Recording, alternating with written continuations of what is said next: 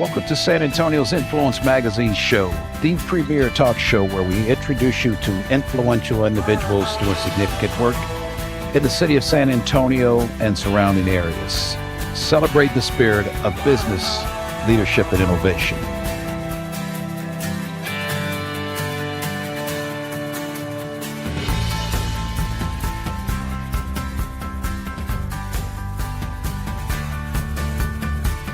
Hello, I'm Sandra Williams, guest host for San Antonio's Influence Magazine show.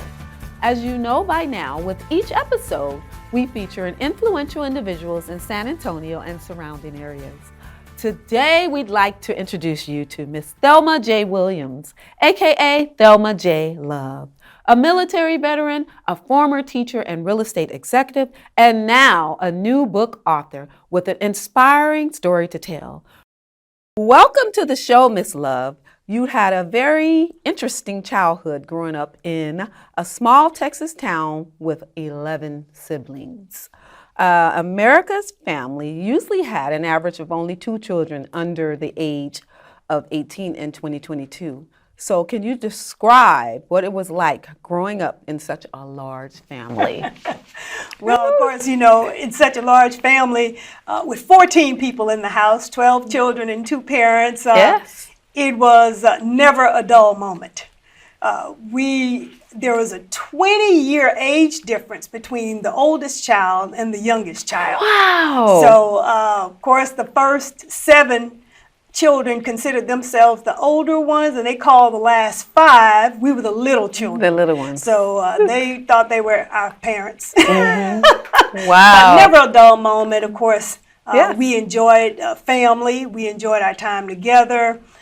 So it was a wonderful experience. I guess when I think about it, Family. imagine that you had 14 different personalities in one house. Wow.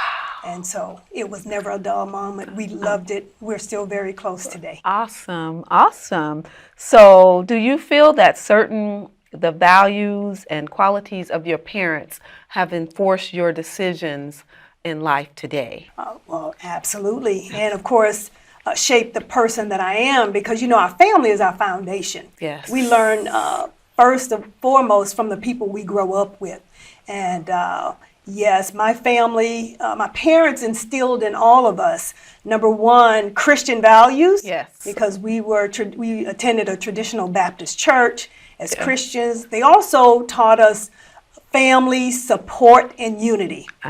We support one another, we help one another, and our family's still very close today. They also taught us respect for our elders. Yes. And they gave us a great work ethic. Awesome. Yes, awesome. So I see that you had a long 20-year career in the Air Force. Coming from your background, what made you go, or think about the military? Like, what happened? You're like, I'm going to go in the Air Force. You had the Army, you had the Marines. What was that decision? What was that like for us? Well, for me, once I turned 18, of course, graduated from high school, went to college for a short time and realized that I was wasting my time, the teacher's time, my parents' time, and money. Well, at least, so I decided that was not for me just yet. Yes. So the second childish decision I made was to leave home and go follow my boyfriend to another state. 18. So, of course, but neither one of those choices worked. One of my older sisters called me and she said, so why don't you consider joining the Air Force?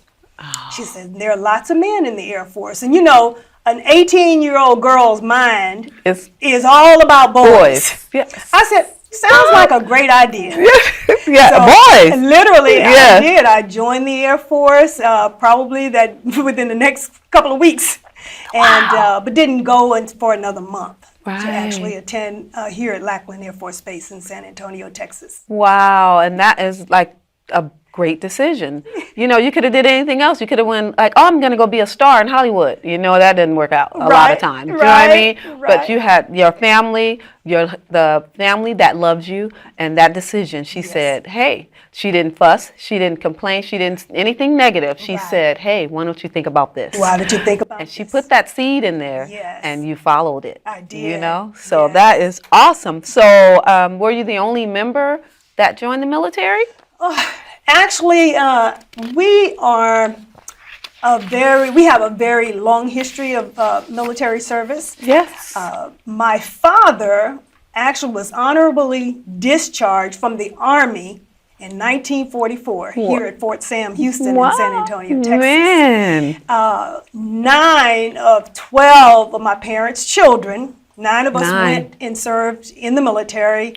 Wow, we thank you. Army, Navy, Marines, and Air Force. Awesome. And as of today, my parents' great-grandchildren are still serving in the military. Wow. So next year will be an 80-year history of military service. Oh, man, we applaud you and your family, you know what I mean? Because it takes a lot to leave your family, leave home. You know, it's different circumstances, but it does take to be away from your family for a while and to actually live in a suitcase. Certainly. Well, I think for us, because we grew up in a small town and we didn't venture out all those years, we were at home. Yes. Joining the military was just our avenue to the world. Yes, it was like a vacation. Yes. And for free. Yes. You know, I mean, kind of for free. So what is your most memorable experience during your Air Force career? One of the things, Sandra, that I really loved about the Air Force was the opportunity to meet people from around the world. Yes. And what I learned, because I had a small village, of course, growing up. Yes. Everybody was like me. They were either family, friends, longtime neighbors. Right. But going to the Air Force allowed me the opportunity to meet people from around the world. And what I learned from that is that people are simply people. Wow. Everyone wants to be acknowledged and respected. Wow. And I think that as human beings made in God's image, we all deserve that. You have a book, A Perfectly Imperfect Masterpiece. Yes. It is currently on sale and online in select bookstores.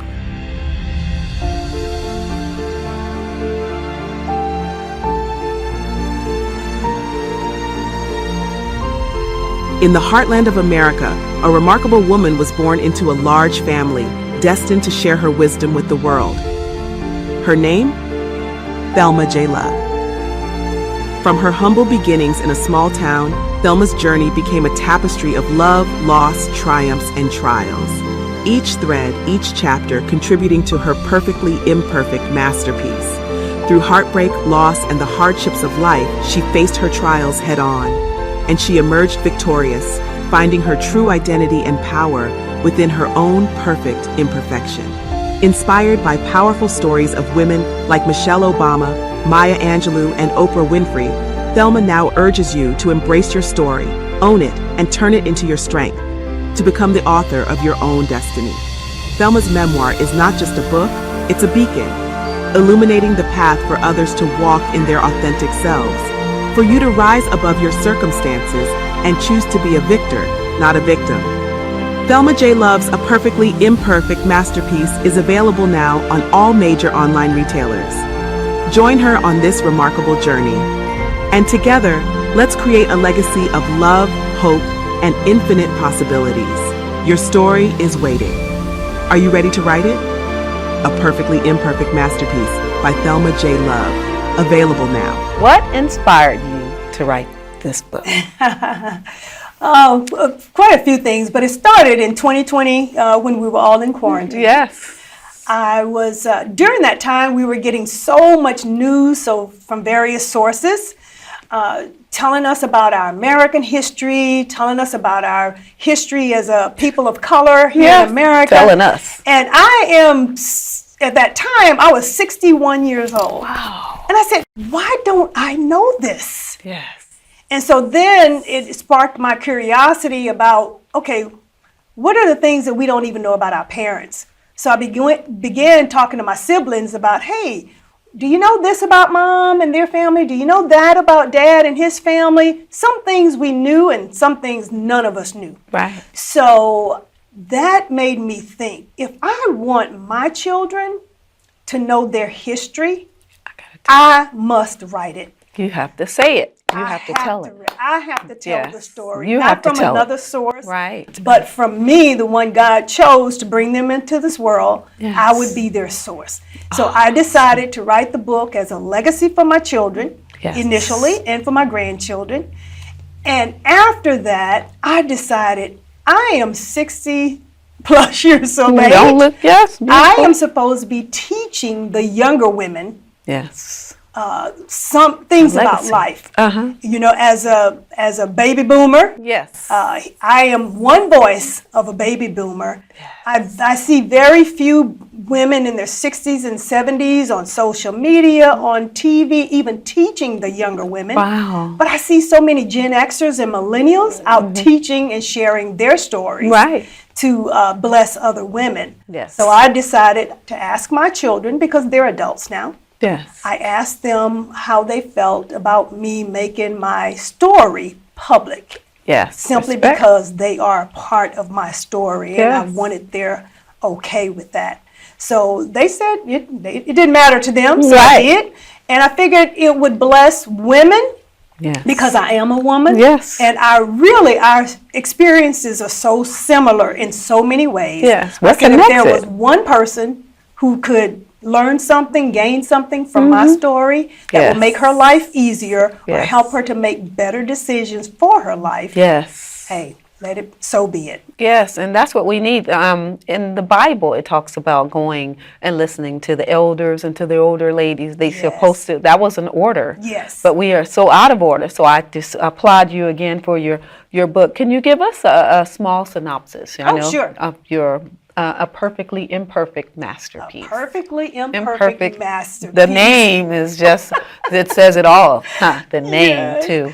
Thank you I so was going to much. ask you, who gave you the name, first of all, of the book? Like, Yes. how'd that come about? And then you can give us a synopsis Sure. of your... Actually, during quarantine, I was cleaning one day. Yeah? Just as I was cleaning, what I heard first was perfectly imperfect. I heard those two words. Yes. And then I began to think of how I could apply those two words to my life, Yes. and learn that it doesn't just apply to my life, it applies to everyone's life. Connected. We see our life usually in just glimpses and in pieces, Yes. and broken pieces is what we usually see. Yes. But when we put our Embarrassing. lives together, I said, well, and then we actually commit our lives to Christ, Yes. Amen. He is Yeah. able to make the broken pieces, what looks like an abstract painting, Yes. into a masterpiece. Yes. Oh, I love that. So yes. I Only he decided- can do that. Only He can do that. Once you allow him to do it. Yes. Uh-huh. Yes. Commit Oh. our lives to Him, and Yes. He will do that. He'll make it the masterpiece that He intended for it to be. So Yes. that's how I came up with a perfectly imperfect masterpiece. Awesome. So a synopsis or just Just a small- quick synopsis. Yes. 3 words, or 3 areas really I'd like to describe my book. It's a story of love, Yes. it's a story of loss, Yes. and it's a story of lessons learned. Wow. Is that the 3 L's, huh? Yes. So love, loss, and lessons learned. What 4 L's? Yes. Oh, I love it. So who would be, and I know the target audience. Yes. Women. And women, I would say from high school and up. Wow. Simply because I tell the story about my high school years, and I already shared the childish decision I made Yes. to follow a boyfriend across country. Yes. Uh-huh. So I believe because women, as women in our high school years, we started thinking about what am I going to do after my I life. graduate from high school. Yes. So if high school young ladies will see my story, Yes, and you can help or them. something that will bless them and help them to make a better decision, because they get to see the result of that childish decision that I Yes. made Mhm. in the story. Yes. yes, because our mind is not actually grown yet. We're The not. decision, yes. Even though you're 18, that number says that. Yes. But I know that 18, I was still a kid mindset. Yes. I just had a bigger number, Of an older course. number, but I still didn't know certain things to be out there on my own, Of really. course. You know what I mean? So Yes. I thank you. I applaud you on that. So what did you learn about yourself when you wrote your book? One of the primary things that I learned while I was writing the book, I learned about myself. As I was writing each story, I realized that the emotions that I experienced in the actual event came to surface as I was writing it. Some of these events 40 years later. Wow. Yes. So if I felt sad, I cried, I was angry, Yes. I was fearful. I felt all of those emotions Yes. as I was writing the story. Right. But I'm grateful that we were in quarantine at that time, so I could just sit in the feelings and just let them flow out of me, Oh, beautiful. which I believe brought even more healing.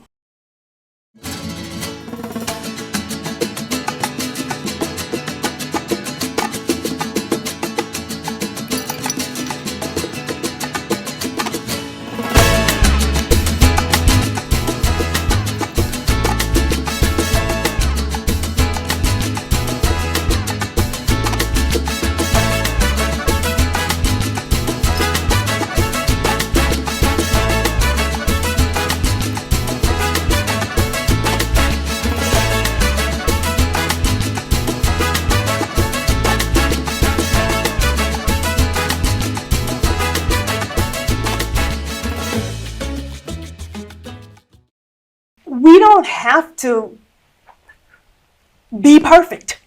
Because we never will We're never going to be yes, perfect. we could this strive to be. this side of heaven. We're Yes. never going to be Woo, perfect. By yes. the grace of God, By the grace. that we can live our lives being genuine, Yes. being authentic, be who you are. Yes, and- Because nobody else can be you. Better than you. You are uniquely you. Yes. Your story is your story, Yes. not for anyone else to judge. So I love the fact that if women would learn to just be authentic, to release all the fear, the shame, the Right. guilt, because it doesn't serve us. No. It actually keeps us in bondage. It does. It does. And so if every woman would consider, hey, what can you learn from my story? But understand that my story is mine, just like yours is uniquely for you. So, a lot of people are considering writing a book. Yes. What would you tell them? For everyone who is considering writing a book, I would simply say, just do it. I heard another writer say something that really blessed me, and it's after I wrote my book, but I share those sentiments exactly. Yeah. You know you're ready to write your book when you have nothing to hide, Yeah. When you're ready. nothing to protect, nothing to defend, and nothing to prove. That's awesome. You know? That's it. It It's has to my be. life. Yes. It's my life. I don't have to defend anything that has happened in my life. Right. And what has happened to me does not define me. Right. It actually, if I will look at the experience and learn, see what I add it learned to from you. it, It it actually refines me. Yes, it And- added to the clay Yes. as you go. Being shaped Yes. molded. Oh, I love that. into the person God created us to be. Wow, I love that. So,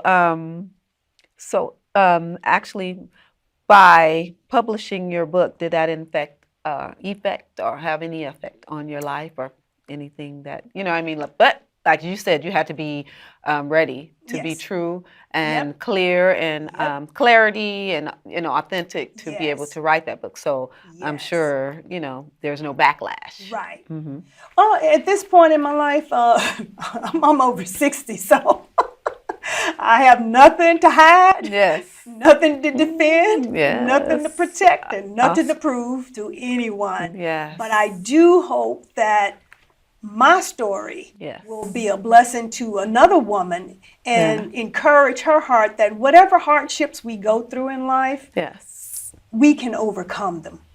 Yes. we can overcome them. So, I just, by releasing the book, I pray that you look, because I know I have the gift of teaching, Yes. and I know God gave me the gift of encouragement. Yes, I feel I it. just pray that I am walking out just a small part of my purpose. If Awesome. my book blesses another woman and encourages her heart. That's awesome. I know we just mentioned too, we talked about the love, the loss, and the lesson learned, the 4 L's. What is your greatest 4 L's? The loss, The love, the the love, loss, and the the lessons lesson learned. learned. What is your? I have quite a few, but Yes. I will share the two loves. Yes. Okay. Yes. What I'd like to share is as a spiritual being, Yes. I will use the words of Jonathan Butler. Yes. Falling in love with Jesus was the best thing I ever did. How's that go? Say that. I know you can sing. Something told me you. Go ahead. What, sing the song? Just sing a little of it. Oh, that is the song. That's it. Falling in love with Jesus Jesus. was the best thing I've Oh, ever done. I feel that Holy Spirit. Yes. And That's then- it. And my love, the second love that I would like to mention as a human Yes. would be the unconditional love for my children. Yes. That is the second greatest love I've ever known. Oh, awesome. That was beautiful, huh? The losses have been many. The one that I do think about, because different situations that have occurred, Yes. I think my greatest loss that I've ever felt was when I had to send any woman who has to send a child away to protect them from physical abuse in your home. Yes. That's hard. Yes. And I know that when I had to send my child away, I cried every day until he came back. Right. Oh, And mother's then, love. Mother's love. Yes, but that gave him hope or her hope. But you Yes. know, you feel that, Yes. and that's the strength from God. You know what I mean? Yes. The Holy Spirit's just Yes. awesome. So Yes. yes. So another loss that I experienced is having to divorce someone you love. That's hard. yeah. And the last one that I think about it, so many people experienced here in 2020 was a loss of a loved one during COVID Yes. when you could not get closure. Yes. So those are my top 3 losses that I think of that first come to mind. And then my Yes. lessons learned. Number 1 is I use a phrase in my book that says, you don't know what you don't know. You don't know what you don't You know. don't know what you don't know. Yeah. And so with that in mind, one great lesson that I learned was, as long as we live, there will always be something we don't know. Yeah. You got to keep learning. So what we have to do is to rely on our past experiences, yes. learn to rely on the experiences of others Yes. and what they learned, That's awesome. as well as rely on your faith in Yes. God In God. to Yes. lead you to make the best decisions that you know Wow. for your life. So with that in mind, in the very final lesson, I told my nephew this just this very week. Yes. Just this very week. Never be found guilty of being told that you don't know something because you didn't ask the question. Right. You didn't ask. You have not because you You asked. have not. Yes. Speak it. Never be found guilty Oh. being told that you don't know something because you You didn't ask. Never be found guilty. Never be found guilty of not asking. Not asking. And that is it, huh? Right. Even the Bible, the word says that, huh? Yes, yes. You know? You have not because you asked. That's not. Okay, so where can we find your book and connect with you to purchase the book? Yes. Now, and I'm sure they'll be in the link in this video as well. Yes. But you can find me at Goodreads and LinkedIn.com. Okay. Thelma Love. Thelma Love. You can also find me on Facebook, Instagram, The social media. Pinterest, Mm-hmm. YouTube at Thelma Love Official. Awesome. And finally, you can find it on my publisher's website at cedricfisher.com. Awesome. Well, it was just an honor to sit with you and enjoy your great personality and loving spirit that God has given you, and it's radiating. So I wish you great success on your book. I know it's going to be a top seller. We know that. Yes. So again, I just say thank you, Miss J. Love, Miss Thelma J. Love, thank you so much. the author of The Perfectly Imperfect Masterpiece. Yeah. If this is your first time joining us and you'd like more information, you could find us at influencesa.com. That's INFLUENCESA.com. Like us on Facebook, Instagram, LinkedIn, Pinterest. And for this particular episode of the show, all future and past episodes of the show, pull up your YouTube search bar, toss in San Antonio's Influence Magazine Show. That word is critical. Get that word in there. When you get there, please subscribe, give us a like or a thumbs up, and hit that bell so that you don't miss any future episodes of the show.